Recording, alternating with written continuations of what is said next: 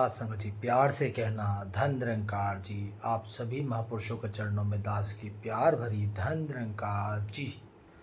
महापुरुषों जी, एक बार एक बहुत ही दुखी इंसान होता है, बहुत ही परेशान इंसान होता है। तो उसका दोस्त कहता है कि एक बार मतलब उसी के घर से थोड़ी दूरी पे एक बाबा आए हुए हैं और बहुत ही पहुँचे और बहुत ही नामी बाबा हैं। आप उनसे कुछ भी पूछो तो हर समस्या का निवारण वो करते हैं। तो मुझे लगता है कि आपको उनके पास जाना चाहिए और जो भी आपकी परेशानी है उसका निवारण वो अवश्य ही करेंगे। अब अपने दोस्त के कहे अनुसार वो दुखी इंसान सीधा जो बाबा जी जहाँ पे आए हुए थे वो उनके घर तक पहुँच जाते हैं। और जहाँ पे वो ठहरे हुए होते हैं वहाँ पे जाके जैसे ही वो अंदर जाते हैं तो वहाँ पे काफ़ी लोग नीचे बैठे हुए थे और बाबा जी उनके सामने बैठे होते, सब अपनी अपनी समस्या का उनसे बता रहे थे और वो सबकी समस्याओं का निवारण भी कर रहे थे। अब जैसे तैसे वो इंतज़ार करता है और फाइनली उस दुखी इंसान का नंबर भी आ जाता है। तो बाबा जी कहते हैं, बताओ आपकी क्या समस्या है, आप क्यों इतना परेशान हो। तो कहते हैं, मैं क्या बताऊं बाबा जी, मैं तो बहुत ही परेशान हूँ। मेरे कर्मचारी हैं वो सब के सब सेल्फिश है, मेरी बीवी बच्चे सब सेल्फिश है, सब अपने बारे में सोचते हैं। मैं तो बड़ा परेशान हूँ, मैं बहुत दुखी हूँ। मेरे से ज़्यादा दुखी इंसान तो आज के समय में कोई नहीं होगा। अब बाबा जी मुस्कुराए और बोले कि मैं इस समस्या का निवारण बहुत ही जल्दी कर दूंगा, लेकिन उससे पहले मैं आपको एक छोटी सी कहानी सुनाना चाहता हूँ। इस कहानी को गौर से सुनना। अब दुखी इंसान कहता है कि कहानी सुनने से भी क्या समस्या का निवारण हो सकता है। तो कहते हैं हाँ, कहानी सुनने से समस्या का निवारण ज़रूर होगा और इसको आप ज़रूर सुनना, ध्यान से सुनना। अगर आपने ये कहानी ध्यान से नहीं सुनी तो आपकी समस्या का निवारण भी नहीं हो पाएगा। तो दुखी आदमी कहता है ठीक है। अब वह पूरे फोकस के साथ बाबा जी की बातों को गौर से सुनने लग गया। अब बाबा जी कहते कि एक बार एक मोहल्ले में एक कांच का शीश महल बना था। वो कांच का शीश महल ऐसा था, बाहर से तो वो पूरा पत्थर का था, लेकिन आप जैसे उसके अंदर एंटर करोगे उस शीश महल के अंदर, तो उसके अंदर 1000 मिरर लगे होते, शीशे, मिरर मतलब शीशे।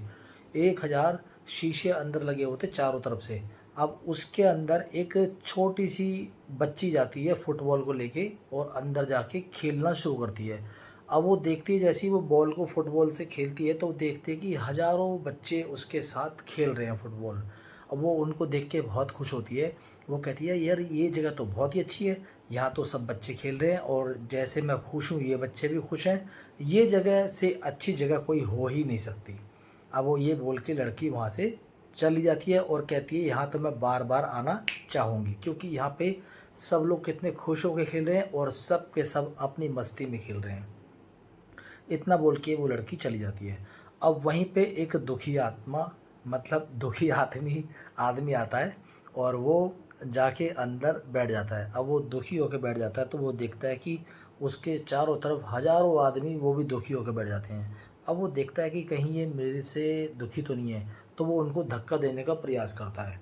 अब वो जैसे ही अपने हाथों को इस तरह से करता है तो चारों तरफ से हाथ आते हैं और उसकी तरफ ऐसे धक्का देना शुरू कर देते हैं। अब वो और भी ज़्यादा गुस्सा हो जाता है, कहता है यार ये जगह तो सबसे ज़्यादा बकवास और बेकार है, यहाँ तो सब पे सब मुझे धक्का दे रहे हैं, मैं तो बड़ा परेशान हो गया इनसे। और ये इतना बोल के अपने उस शीश महल से बाहर निकल जाते हैं। वो कहता है यहाँ तो मैं ऐसी जगह कभी नहीं आना चाहूँगा। कहने का तात्पर्य, कहने का भाव यही है, जिस संसार में हम रह रहे हैं, जिस पृथ्वी लोक पर हम रह रहे हैं, यहाँ पे भी यही है। हम जिसको जैसा देंगे, मतलब जो ये संसार, ये पृथ्वी है, ये भी एक मिरर के शीश महल की तरह है। शीशों के जैसे वो आपने शीश महल देखा था जिसके अंदर वो लड़की और वो दुखी आत्मा वाला आदमी गया था, ऐसे ही ये पृथ्वी है। इसको आप शीशों का शीश महल ही समझो। यहाँ पे आप जो भी दोगे आपको पलट के वो ही मिलेगा। तो इसलिए कभी ये ना बोलें कि ये सेल्फिश है वो सेल्फिश है। आप ये सोचें कि आपने क्या किया है। आप जो करते हो सामने से पलट के आपको वही आता है। Karma is back.